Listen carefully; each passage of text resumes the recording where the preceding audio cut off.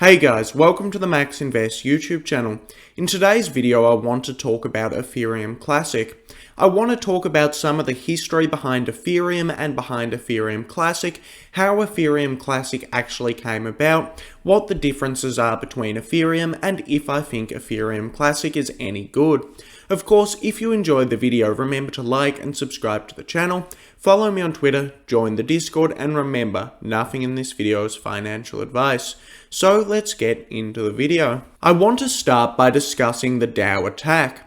Essentially, both Ethereum and Ethereum Classic begun as the same blockchain.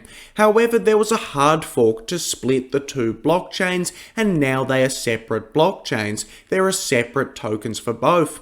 For Ethereum, it is ETH, and for Ethereum Classic, it is ETC.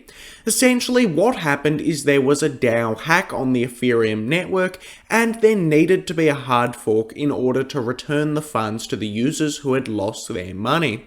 So, a DAO is a decentralized autonomous organization, and all it really is it's a smart contract that is governed by a group of people all around the world, and it is decentralized and controlled by those people. Of course, this could just be a social group of people, or it could be a company. In 2016, a company called the DAO launched on the Ethereum network. Now, it's important to not get confused between the DAO and a DAO. Essentially, a decentralized autonomous organization could be any of the applications. However, this decentralized autonomous organization conveniently called themselves the DAO, which does get a lot of people confused. What the DAO wanted to do is they wanted to build a decentralized version of Airbnb. They wanted to do this on top of the Ethereum network. Now, back in 2016, there were not many complex smart contracts on the Ethereum network, and this was one of the first. And this also gives you a bit of an insight as to why there were some vulnerabilities with this smart contract. Essentially, the DAO launched on the 30th of April 2016, and it had a lot of funding. The DAO was unbelievably popular, and it raised $100 million by the 15th of May. So this was a massive amount at the time, and it showed a lot of people were very excited about this project. Another thing to point out is that $100 million was a pretty large amount of Ethereum's entire valuation. So this DAO was absolutely massive on top of the Ethereum network. The same thing cannot be said today for any of the DAOs on top of Ethereum. Most of the different DAOs and applications are a pretty small amount of Ethereum's total valuation, which in my opinion is actually quite healthy. So, essentially, on the 12th of June, the DAO creators announced that there was a bit of a problem and a bug in the DAO. However, they were working hard to actually fix this problem. Unfortunately, the programmers couldn't actually fix this, and 3.6 million Ether was stolen from the DAO. An unknown attacker actually went and they stole all of this Ether from the DAO and got it for themselves. Of course, the hacker couldn't actually remove any of this Ether, as if they did that, everyone would see who they are. This is one of the problems with attacking a blockchain network. Everything is immutable and it's easy to track and trace. So if a hacker tries to actually steal a big amount of money, they won't be able to get it in real life. Regardless, there are other ways for the hacker to make money. What the hacker could have done is they could have opened up a short position on ETH. They could have then went and drained all of the Ether out of the DAO, and then when Ethereum's price eventually crashes because of it, they could have made some money. And as we can see, the price of Ether dropped from over $20 to under $13 in a very small period of time due to the DAO attack. Now, there is one thing that I want to point out about the DAO attack. Essentially, the DAO hack was not an Ethereum network hack. Nothing in the Ethereum network was ever compromised. Ethereum never stopped producing blocks, and it's quite different to some of the other attacks you may have seen. For example, Solana recently experienced an attack where it stopped producing blocks for a whole day. This meant the entire network shut down. Of course, the same thing didn't happen to the Ethereum network. Essentially, an application built on top of it was attacked. Of course, if a developer builds a bad application on top of the Ethereum network, it can be attacked. And this is because the developer has free reign to build whatever they want. The developer could build something secure or something insecure. This is not a compromise of the Ethereum network. However, the problem here was the DAO was so popular and there was so much Ether in it that it was actually affecting the entire network.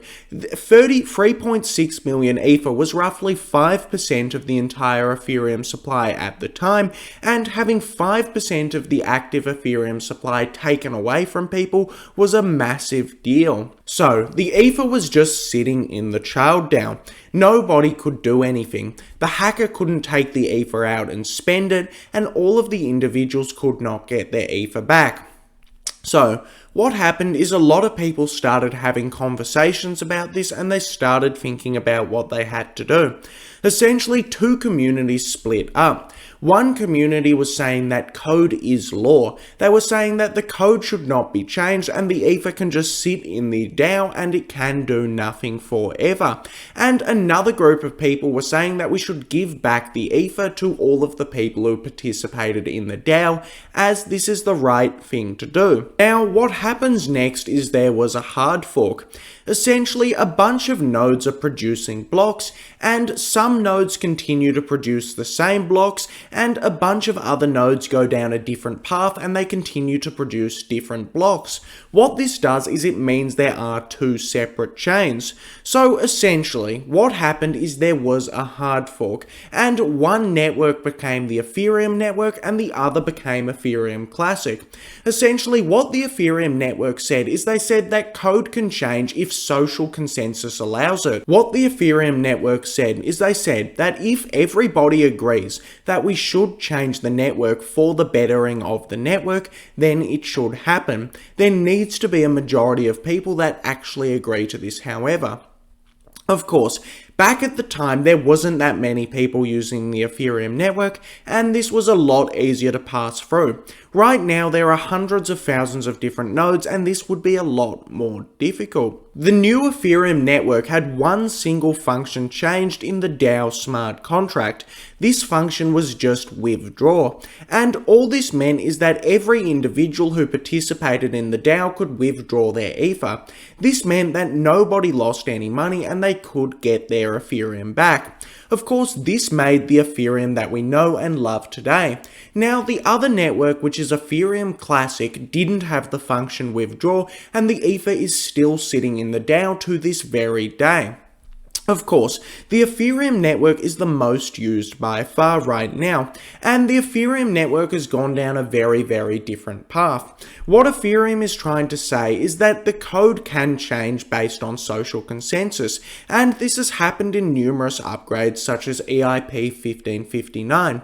If the majority of nodes agree that we can actually change something about the network, then this will happen. Networks like Ethereum Classic and Bitcoin say that code is law and they don't want to change anything. Of course, in my opinion, this means the network will not go that well in the long term. Not enough changes will be implemented and they will stabilize a little bit.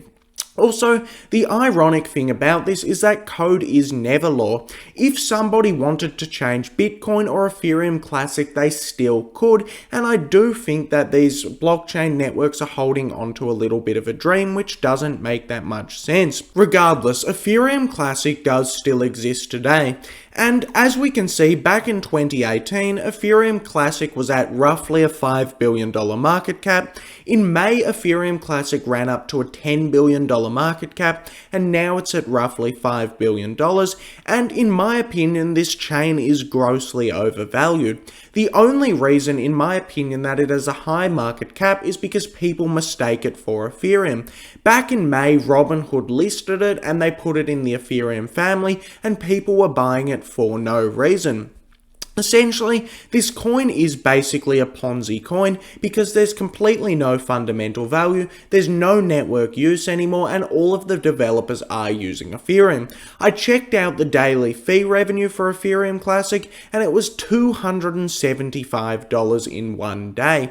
To put that into perspective, Ethereum earns roughly $50 million to $100 million every day, and this network is basically a dinosaur network and a dead network. Definitely something that I would be trying to avoid unless you're a trader who's randomly trading momentum. Of course, the Ethereum network is the true Ethereum, and a lot of people have said this. Social consensus has essentially decided that the Ethereum network is now what Ethereum is, and it will continue to do this going into the future.